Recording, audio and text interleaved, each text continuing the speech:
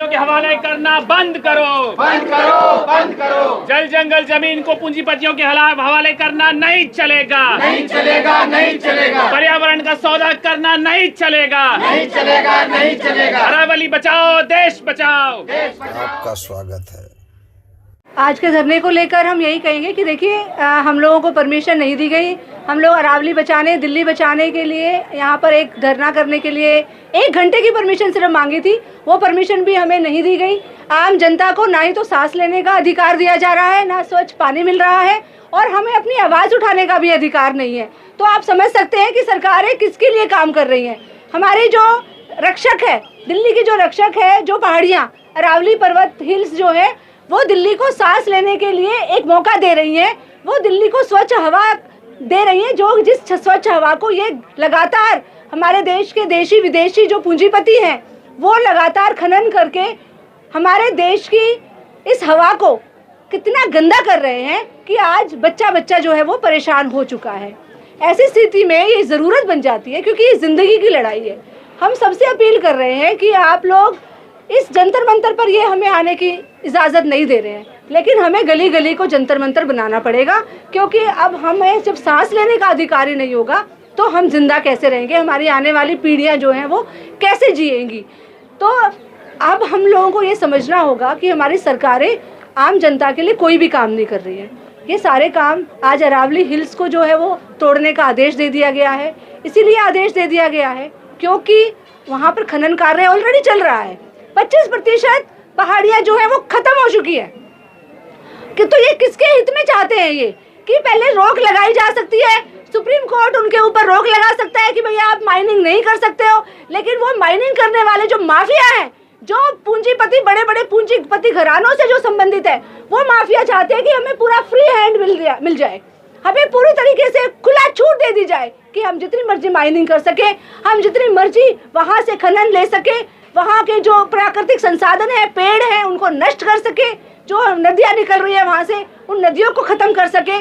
तो ये जो मौत का फरमान है, इस मौत के फरमान के खिलाफ सबको देखिए ना, कितने अफसोस की बात है जब हमारे सांस और हम अपने अधिकारों के लिए लड़ रहे हैं, आवाज़ उठाने तक भी दिया नहीं जा रहा है। लेकिन हाँ, इन सब समस्याओं से, इन सब मसलों से हम डर नहीं सकते, हम चुप बैठ नहीं सकते। हमें तो आवाज़ उठाना पड़ेगा और लड़ना पड़ेगा। जंतर मंतर पे हमें नहीं करने दिया जा रहा है, लेकिन हम इलाके में और अपने पूरी आवाम, ये लड़ाई जो है एक हमारी और आपकी नहीं है, ये सभी की है। सांस की ज़रूरत हमें सबको है। हम गरीब परिवार, मजदूर वर्ग के लोग, हम लोग कैसे प्यूरीफायर अपने मकानों में लगा सकते हैं? ये गिने चुने जो अडानी जैसे जो लोग हैं वो लगा सकते हैं, आम लोग नहीं लगा सकते, स्टूडेंट नहीं लगा सकते। स्टूडेंट जो देश भर से जो आते हैं यहाँ एजुकेशन हासिल करने के लिए, तो क्या वो उनके लिए एक एक कमरा जो मिलता है, हॉस्टल वगैरह में रहती हैं, क्या उन स्टूडेंट को पॉसिबल है कि वो लगा सकती हैं? नहीं लगा सकते ना, मुमकिन ही नहीं है। तो ये हमारे पर्यावरण, हमारे पहाड़ को, हमारे ज़मीनों को बचाने की ये लड़ाई है, ये हम सब की लड़ाई है और हम सबको मिलके इसे लड़ना होगा। अगर ये सब चीज़ें भी हमसे छीन ली जाएंगी तो हम किस तरीके से जिएंगे, कैसे जिएंगे? लॉकडाउन के टाइम में आप लोगों ने देखा कि किस तरीके से जो है ऑक्सीजन जो है गिने चुने लोगों को मिलते थे, किस तरीके से लोगों को नहीं मिल पाता था ऑक्सीजन का सिलेंडर, और लोग किस तरीके से तरफ के दर्दनाक मौत मरे हैं। तो उन सब चीज़ों को भी याद रखने की ज़रूरत है। जब अब हम सभी के ऊपर वो आज ये जो मुसीबत आई है, उस मुसीबत से छुटकारा के लिए सिर्फ एक ही विकल्प बचता है, जो कि है आंदोलन। और हम अपने हक, अपने अधिकार के लिए लड़ेंगे। और जब तक ये जो है ये सरकार जो है हमारे मांगों को नहीं मांगेंगे, हम जब तक आवाज़ बताना चाहूँगी, मैं All India Democratic Youth Organisation की दिल्ली स्टेट की प्रेसिडेंट हूँ।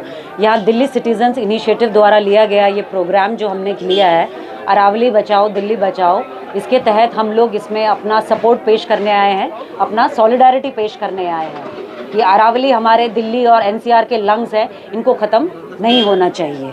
आपके कुछ सवाल हैं? आपने दिल्ली पुलिस से परमिशन लिया था, कोई एप्लीकेशन दिया था? जी हाँ, हमने एप्लीकेशन दिया था, लेकिन वो कल ही जो है रिजेक्ट हो गई थी। आज हम लोग लेकिन फिर भी यहाँ आए और हमने जो है यहाँ पे फिर से उनसे परमिशन मांगी। उन्होंने हमें थोड़ी देर के लिए परमिशन जो है दे दी, तो हम सब लोग इकट्ठे हो गए थे, तो हमने अपना ये प्रोटेस्ट जो है रजिस्टर किया। मैम, आपने उत्तराखंड की बात करी, अंडोमान निकोबार के अभी स्पीच में आपने बात की थी, क्या क्या मतलब क्या क्या वहाँ खनन हो रहे हैं? देखिए, अगर आप देखिए ना, जिस राज्य में जो भी प्राकृतिक संपदा है, जैसे आप झारखंड ले लें, छत्तीसगढ़ ले लें, ठीक है, मध्य प्रदेश के कुछ हिस्से ले लें आप, ठीक है, वहाँ पे कोयला ज़्यादा मिलता है, तो वहाँ कोयला खनन के लिए जो है इतनी फॉरेस्ट लैंड जो है, इतने पहाड़ जो हैं उनको काट दिया गया है सिर्फ कोयला खनन के लिए। और ये जो दोनों ब्लॉक्स जो दिए गए हैं, ये सिर्फ और सिर्फ अडानी को दिए गए हैं। जहाँ जो संपत्ति मिल रही है, उत्तराखंड में नदियाँ बहती हैं, नदियाँ काफ़ी हैं, उस पर डैम प्रोजेक्ट्स हो रहे हैं, वो भी डिफरेंट प्राइवेट पार्टीज़ को दिए जा रहे हैं ताकि बिजली का मैक्सिमम उत्पादन हो। सारे नियम कायदे को ताक में रखकर वहाँ पर डैम के प्रोजेक्ट्स बन रहे हैं, बल्कि वो नहीं बनने चाहिए। आप याद करिए केदारनाथ की वो जो उस टाइम पे 2013 का फ्लड आया था, वो आया था, ठीक है। आज भी कोई भी प्रोजेक्ट बनता है, वो जो है वो पानी घुस आता है, और जो अभी 50 मजदूर भी एक मारे गए थे एक हाइड्रो प्रोजेक्ट में, आप देख रहे हैं। तो ये पहाड़ बहुत सेंसिटिव है। मैं अरावली की बात नहीं कर रही हूँ, मैं हिमालयन रेंज की बात कर रही हूँ, उत्तराखंड के। वो बहुत सेंसिटिव पहाड़ है, वहाँ पे इस तरह का कंस्ट्रक्शन अलाउड होना ही नहीं चाहिए, तो भी सारे नियम कायदे ताक में रखकर जो है ये सब चीजें हो रही हैं। तो लोग कहाँ जाएंगे? लोग तो मरेंगे ना।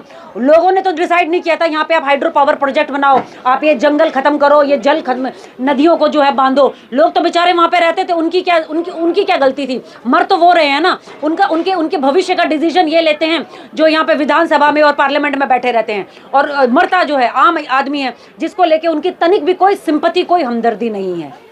तो आगे अगर ये नहीं खनन रोका गया तो आप लोग किस तरह का आंदोलन करें? देखिए, इस आंदोलन को बहुत ही आगे बढ़ाने की बात हो रही है, क्योंकि इसका जबरदस्त इम्पैक्ट जो है दिल्ली पे होने वाला है। दिल्ली अभी ही 350, 400, 500 AQI जो है झेल रहा है। जब अरावली नहीं होंगे तो ये जो रेगिस्तान होता है, जिसे हम डेजर्टाइजेशन कहते हैं, उसकी जितनी धूल है वो दिल्ली में आएगी।